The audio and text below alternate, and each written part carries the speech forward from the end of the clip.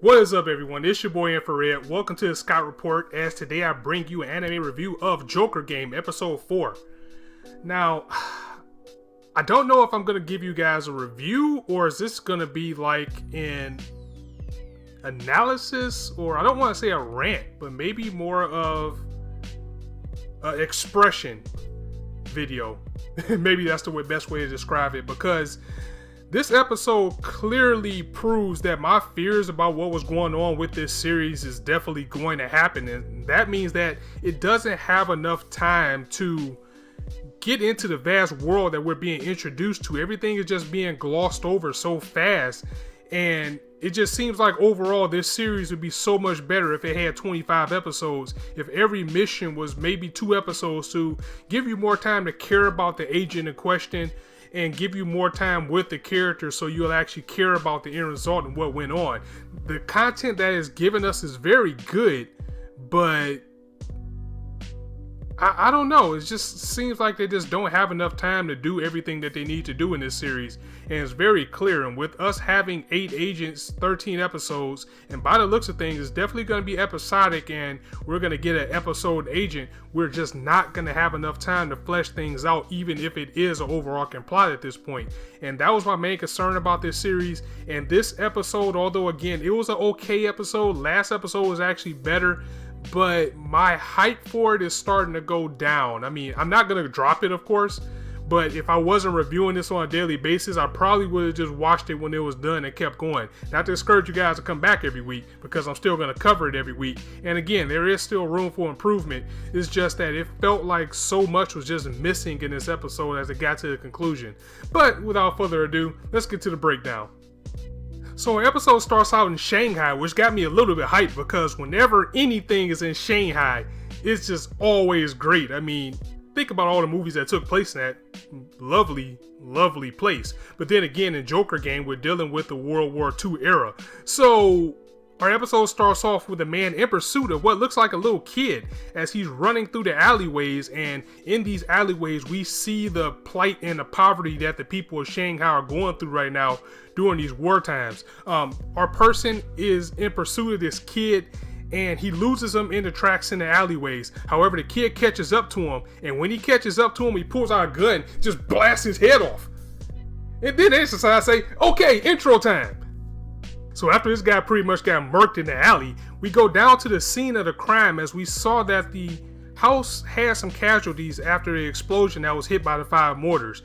There was a maid that was dead, as well as 2 beggars and an unknown body, which we found out was a kid that has a marking on his body. The people that investigated the scene was the captain, Homura, and a private.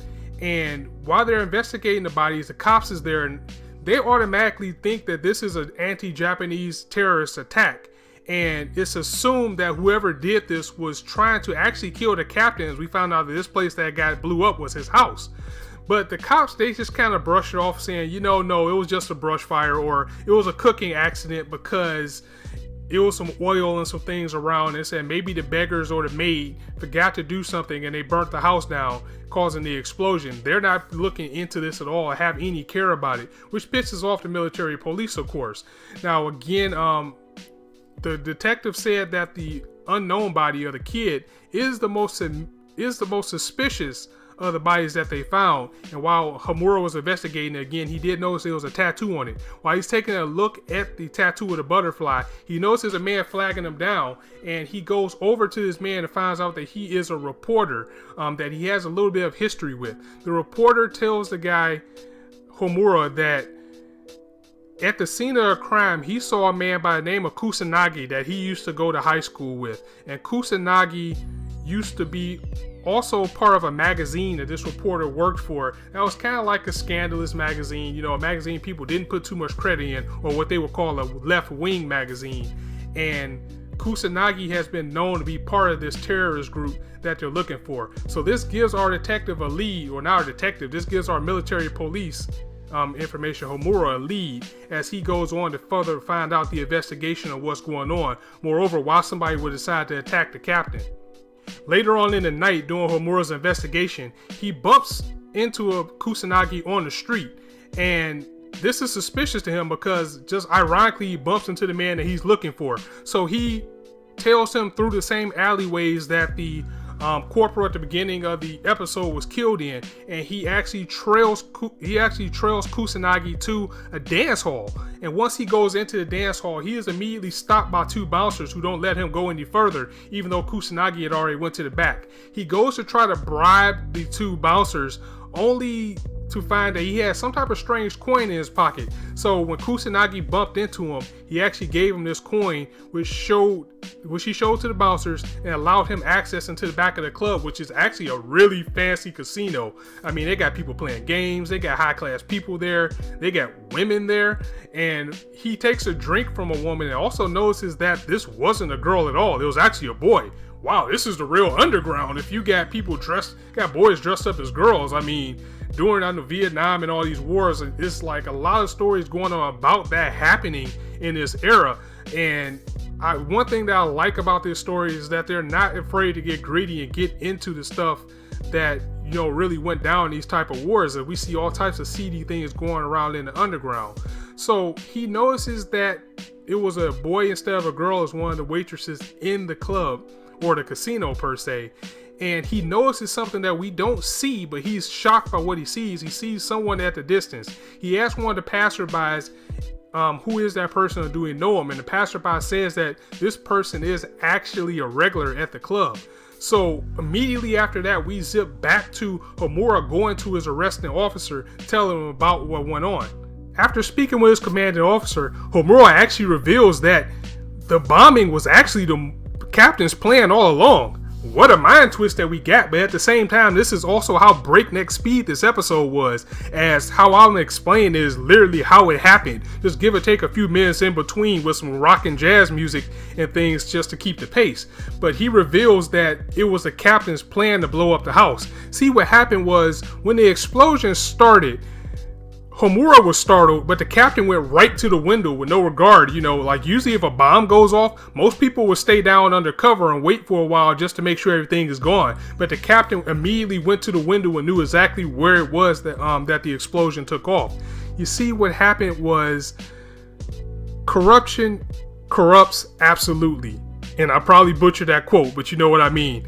Not Kusanagi, I'm sorry. The captain of the military police has been stationed in Shanghai for so long that he just began to, you know, lose his mind or begin to lose his way as he began to see the dark side of things and actually began to indulge in doing hookers and coke and gambling and drugs, you know, all the bad things that come with being in such a rugged city, that he began to use his military power to muscle in on this end of the market and to profit from it. And he has no remorse at all at what happened. When Homura pretty much checks him about the people that died, he really didn't care. He just went straight up into a kind of almost a personality change into a villain in almost a campy way, saying that he does not care about what happened. You know, the maid, he didn't care about the maid because she was stealing from him anyway. The 2 beggars was always in front of his house begging him, and he got sick of them. And the kid, well, the kid was just a consequence, as we found out that he actually had a relationship with the kid. Also, that same kid that killed the corporal at the beginning that he hired to do it was also the same kid that Homura saw in the club. So the captain set all this up to cover up his bad activity and try to blame it on the anti-Japanese to clear his name. So the collateral damage was blowing up his house, trying to blame it on another group that wasn't responsible for it, and the people that got killed were just a matter of consequences. And that was pretty much our twist of the episode, is that everything was part of this captain's plan in order to keep his life underground the same. And again, he has no remorse for it. He actually likes being somewhat of a kingpin, and he would rather do that than to be in the military police, as he goes on a monologue by saying, what's the worst that's going to happen to me? I'm going to get court-martialed? That's not going to stop me from doing what I'm doing. I love being in this type of life, and I love indulging in it. And if you put me away, I'll probably get out anyway. You know, he goes on a typical bad guy type of monologue. And as he's doing that, the private also puts his gun to the back of Homura. And the captain gloats at this point, saying, you won't get out here alive. Even if I kill you, no one's even gonna know about it. So you're the one at a disadvantage here. So just go ahead, forget what you're talking about, and get out of here, or you're gonna die. But in another twisted moment, the private actually shoots the captain multiple times in the chest, as we found out that the kid that died in the explosion, the private also actually had a relationship with that kid as well, and he wanted revenge on the captain for killing his lover. Wow, things really did get deep in this episode, and it got dark really quick as we go to the end of the episode. Now that the captain's dead, who knows what happened to the private, and Homura is gonna go ahead about his business and go on and just continue to uphold the law. It is also revealed here that the reporter is our D agency member of the week, and not only was he the reporter, he was also Kusanagi, so he was pretty much pulling the strings the whole time to make sure that Homura pulls all the strings that he needed to in order to expose his captain, thus reporting it to Lieutenant Colonel Yuki, and Yuki report this to the military police once again to get funding for the D agency. And that was the end of our episode. And again, the last episode was very strong. I mean, this episode had some great points, but it would have been so much better, I think, if they would have just took this time and just fleshed this one out. And I say it again, exactly the way I'm breaking it down this episode is exactly how it went. It's like Homura went to the casino, he sees somebody that we off camera that we couldn't see who it is, and he's back in his captain's office confronting him about everything that he did, and everything is revealed. So yeah, that was the episode in a nutshell. Let me know what you think. Are you gonna stick with Joker game, or are you going to just drop it because it's not what you're expecting it to be? Again, it's not what I wanted it to be right now. It still has a little bit of time to salvage that, but I must admit I am a little bit disappointed, as this was probably my most anticipated anime, not counting Boku no Hero or JoJo's Bizarre Adventure, and it's falling flat, and it looks like that place was taken by Re:Zero, which I'm enjoying much more right now. Let me know what you guys think in the comments, that you enjoyed the episode overall, and go ahead and drop the video a like if you liked anything I had to say. And of course, if you want to hear more, go ahead and hit the subscribe button as well, as I bring you guys content almost every day right now.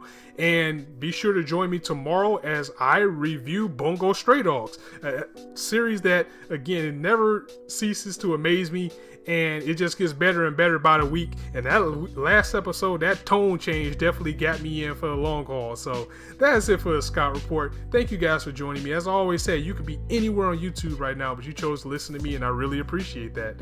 So on that note, it's your boy Infrar-Ed signing out. See you soon.